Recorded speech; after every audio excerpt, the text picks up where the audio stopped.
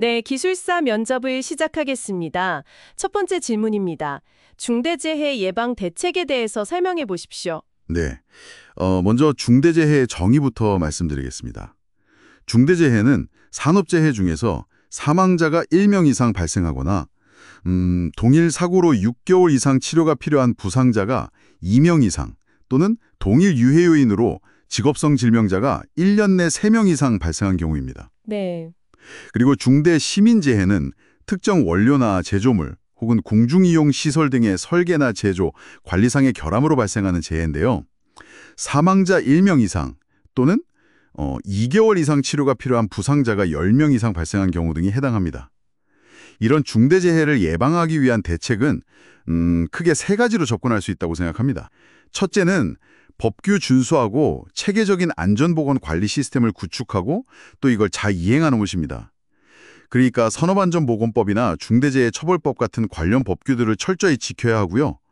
특히 건설공사에서는 발주자나 도급인이 기계, 설비 같은 것에 대한 안전조치의 의무를 다해야 합니다.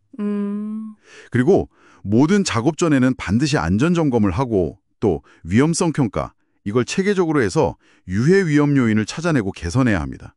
무엇보다 그 경영 책임자가 안전보건 확보 의무를 지고 모든 사고는 예방 가능하다는 원칙 아래서 안전 문화를 만드는 게 중요합니다. 이게 첫 번째입니다. 두 번째는 시공 단계에서 구체적이고 좀 실질적인 기술적 안전관리를 하는 것입니다. 공사 종류별로 또 특성별로 맞는 예방 대책을 세우고 실행해야 합니다. 예를 들면 토공사에서는 흙막이 붕괴 예방을 위해서 시공 전에 정멸 지반 조사를 하고 또 시공 중에는 계측 관리를 철저히 해야 하고요. 쇼크리트나 록볼트 같은 지보 시스템을 잘 적용해서 안전성을 확보하는 게 중요합니다. 교량 공사 때는 그 교자 장치 설치 정밀도 여기에 신경 써야 하고요. 콘크리트 공사는 강도 확보나 철근 부식 방지, 거푸집 해체 시기 준수 같은 품질 관리가 바로 안전하고 직결됩니다. 특히 타워 크레인 같은 양중 장비 쓸 때는 과부하 방지 장치 꼭 설치하고 확인해야 하고요. 요즘은 스마트 안전 장비 이런 것도 적극적으로 활용하는 걸 고려해야 합니다. 위험 상황 감지나 경보 기능 같은 거요. 마지막 세 번째는 현장 작업자 중심의 안전 의식을 높이고 또 실효성 있는 안전 교육을 하는 것입니다.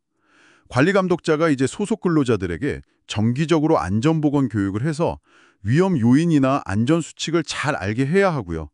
모든 작업자들은 지급된 개인보호구를 꼭 착용하고 또 사용법도 지켜야 합니다.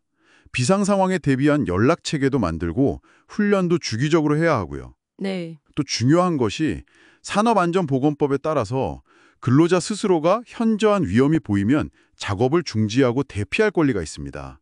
이런 능동적인 안전활동이 보장되는 현장 분위기를 만드는 것이 필요합니다. 이상입니다. 네, 답변 잘 들었습니다. 그 답변 내용 중에 경영층의 안전문화 정착 노력이 언급되었는데요.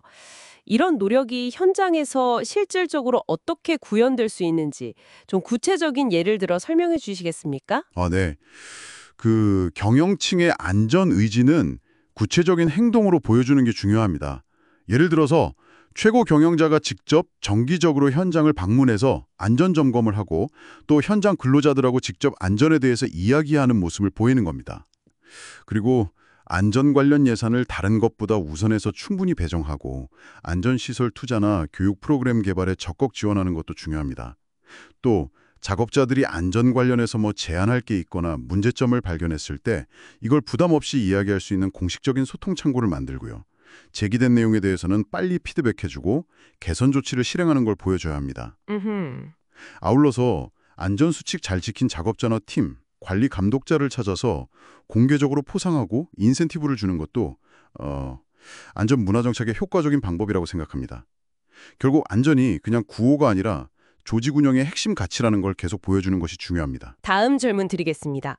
만약 현장에서요, 어떤 작업자가 공사기간 단축 압박 때문에 정해진 안전 절차 중 일부를 성략하려고 시도하는 그런 상황을 목격했다면 관리 감독자로서 어떻게 대처하시겠습니까? 그런 상황이라면 즉시 해당 작업을 중지시키겠습니다. 그게 가장 우선입니다. 네, 즉시 중지요. 네. 그리고 나서 그 작업자를 좀 안전한 장소로 불러서 왜 안전 절차를 생략하려고 했는지 먼저 이야기를 들어보고요. 동시에 해당 안전 절차가 왜 꼭 필요한지, 그걸 생략했을 때 어떤 사고가 날 수 있는지, 그 심각성 그리고 법적인 책임 문제까지 명확하게 설명하겠습니다. 공사기간 준수도 물론 중요하지만 어떤 이유로든 작업자의 생명과 안전보다 우선될 수는 없다는 원칙을 단호하게 강조할 것입니다. 그리고 반드시 규정된 안전 절차를 모두 지켜야만 작업을 다시 시작할 수 있다고 분명히 주시시키겠습니다. 네. 필요하다면 이 상황을 즉시 상급자에게 보고해서 공식적인 지침을 받고요. 안전 절차가 완전히 지켜지고 위험 요인이 제거되었다고 확인되기 전까지는 절대로 작업 재개를 허용하지 않겠습니다. 네, 답변 잘 들었습니다. 실제 건설 현장에서는 예산이나 공사 기간 같은 이런 현실적인 제약들이 분명히 있습니다. 그래서 여러 안전조치들 사이에서 우선순위를 정해야 할 때가 생기는데요. 여러분이라면 어떤 기준으로 이러한 예방대책들의 우선순위를 결정하시겠습니까? 한 번쯤 생각해 보시면 좋겠습니다.